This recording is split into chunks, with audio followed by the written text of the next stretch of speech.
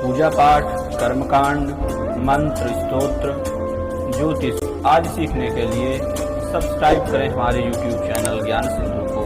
साथ ही bell icon पर press करके आल के निशान को दबाएं। नमस्कार प्रिय मित्रों, आज आपको मैं कलयुग, सतयुग, द्वापर, त्रेता इनकी अवधि बताने वाला हूँ। साथ ही एक मनवंतर कितने वर्ष का होता है, संध्यांश कब पड़ता है, एक कल्प कितने वर्ष का होता है, ब्रह्मा जी का एक दिन व रात कितने वर्ष की होती है, व विष्णु जी की एक दिन व रात कितने वर्ष की होती है, तथा भगवान शंकर की एक दिन व रात कितने वर्ष की होती है, इस वीडियो पर यह बताने वाला हूँ। तो चलिए शुरू करते हैं इसके बारे में आपको बताना। जानकारी आपको अच्छी लगे तो वीडियो को लाइक अवश्य करिएगा। इसी तरह की वीडियो देखने के लिए हमारे चैनल को सब्सक्राइब करके बेल आइकन पर प्रेस कर लें। चलिए आपको बताते हैं, जो कलयुग की अवधि है वह आप सब जानते हैं कि 4,32,000 वर्ष की अवधि कलयुग के पास है। कलयुग की जो उम्र है वह 4,32,000 वर्ष की है। अब अगर हम कलयुग की अवधि का दुगना कर देंगे तो यह द्वापर की अवधि बन जाएगी, अर्थात द्वापर युग की आयु बन जाएगी। कलयुग की दुगनी जो करेंगे हम, तो 4,32,000 वर्ष का अगर हम दुगना करेंगे तो 8,64,000 वर्ष बन जाएगा द्वापर युग की अवधि। और अगर अब हम कलयुग की अवधि का 3 गुना कर दें तो यह बन जाएगा त्रेता युग की अवधि। तो अगर हम 4,32,000 वर्ष को 3 गुना करते हैं तो 12,96,000 वर्ष बन जाएगा, जो त्रेता युग की अवधि कहलाएगी। और अब हम अगर कलयुग की अवधि का 4 गुना कर दें तो सतयुग की अवधि बन जाएगी। अगर 4,32,000 वर्षों को हम 4 गुना करेंगे तो बन जाएगा 17,28,000 वर्ष। इस तरह करके आपने कलयुग, सतयुग और द्वापर, त्रेता इनकी अवधि जानी। कलयुग 4,32,000 वर्ष, द्वापर युग 8,64,000 वर्ष, त्रेता युग 12,96,000 वर्ष, सतयुग 17,28,000 वर्ष।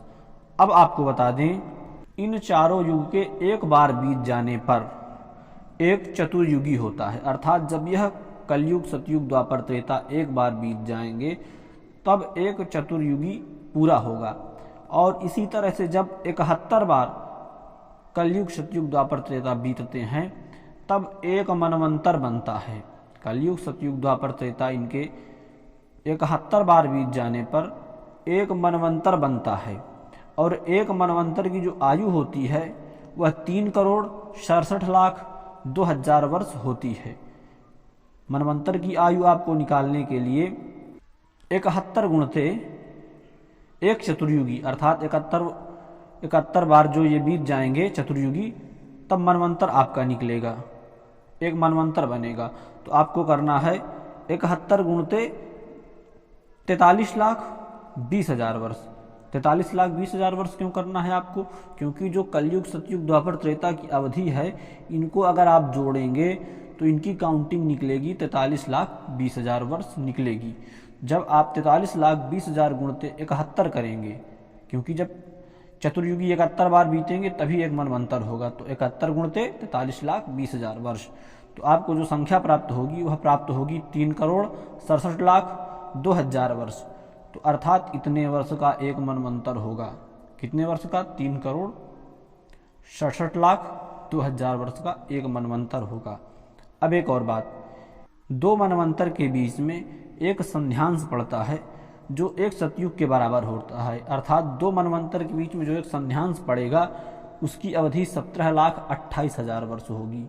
संध्यांश भी पड़ता है बीच में 2 मनवंतर के बीच में, जिसकी अवधि आपको मैंने बताया एक सतयुग के बराबर, अर्थात 17,28,000 वर्ष। अब आती है कल्प की बात। एक कल्प की गणना आप किस प्रकार से करेंगे कि एक कल्प कितने हजार वर्ष का या कितने करोड़ वर्ष का होता है। तो वैसे तो करोड़ से ऊपर भी कल्प की गणना है। कल्प का जो समय है वो करोड़ से ऊपर है। चलिए कल्प बता देते हैं आपको। कल्प निकालने के लिए आपको जो एक कल्प बनेगा वह 14 मनवंतर व 15 संध्यांश, अर्थात 15 सतयुग से मिलकर के बनेगा। एक कल्प जो बनेगा वह 14 मनवंतर और 15 संध्यांश, अर्थात 15 सतयुग के योग का होगा। तो किस प्रकार से आपको निकालना है, आपको करना है 14 गुणते, अर्थात 14 मनवंतर जो हैं, क्योंकि 14 मनवंतर से कल्प निकलेगा, तो 14 गुणते आपको करना है एक मनवंतर। एक मनवंतर की आयु जो है वह 3 करोड़ 67 लाख और 2000 वर्ष है। तो आपको 14 गुणते 3 करोड़ 67 लाख 2000 वर्ष करना है पहले तो, और फिर 15 सतयुग गुणते एक सतयुग की आयु 17,28,000 वर्ष है।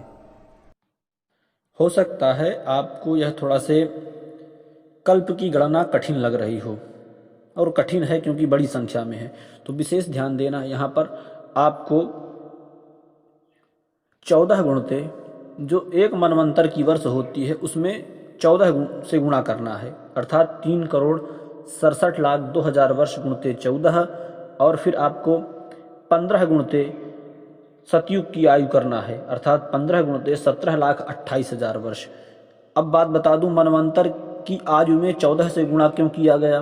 क्योंकि कहते हैं जो कल्प की संख्या निकलती है वह 14 मनवंतर व 15 सतयुग के गुणा करने से और उन दोनों के गुणनफल में जोड़ कर देने से जो संख्या प्राप्त होगी, उसी से वही संख्या कल्प की संख्या कहलाती है। तो 14 से जब आप एक मनवंतर की संख्या में गुणा करेंगे और 15 से जब आप एक सतयुग की संख्या में गुणा करेंगे और उन दोनों गुणनफल को आपस में आप जोड़ देंगे, तो जो आपको संख्या प्राप्त होगी वह प्राप्त होगी 4 अरब 32 करोड़ वर्ष, अर्थात जो एक कल्प की संख्या है वह 4 अरब 32 करोड़ वर्ष है।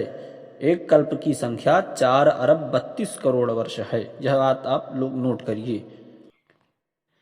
और धर्मशास्त्र कहते हैं कि 4 अरब 32 करोड़ वर्ष का ब्रह्मा जी का एक दिन होता है। 4 अरब 32 करोड़ वर्ष का भगवान ब्रह्मा जी का एक दिन होता है, और इतने ही वर्ष अर्थात 4 अरब 32 करोड़ वर्ष की ब्रह्मा जी की एक रात होती है। तो टोटल अगर हम इनको आपस में गुणा कर देंगे तो हो जाएगा 8 अरब 64 करोड़ वर्ष बन जाएगा, अर्थात 8 अरब 64 करोड़ वर्ष का ब्रह्मा जी का एक दिन व एक रात बनी। अब आ जाते हैं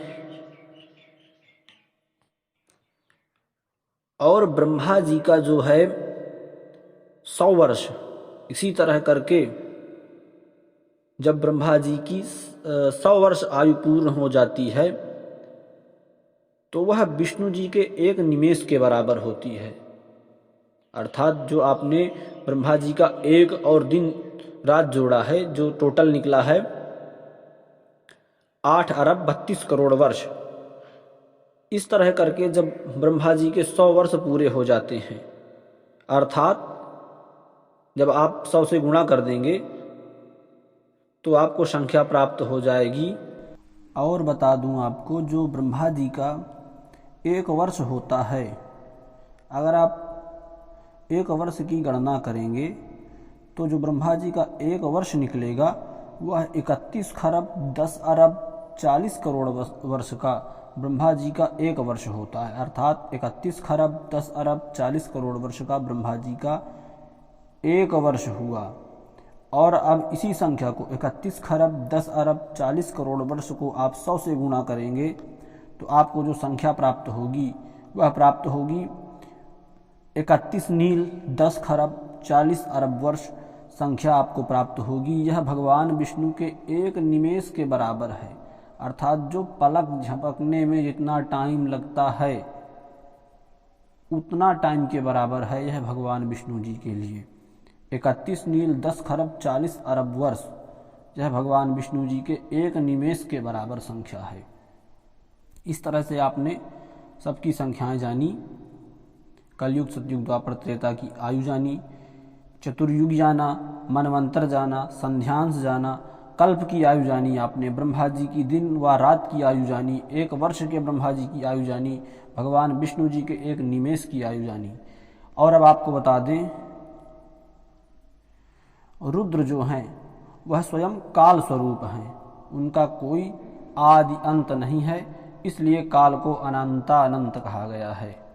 भगवान शिव की कोई कालगणना नहीं है। इस तरह से जानकारी आपको प्राप्त हुई, जानकारी अच्छी लगी हो तो वीडियो को लाइक अवश्य करिएगा। नमस्कार।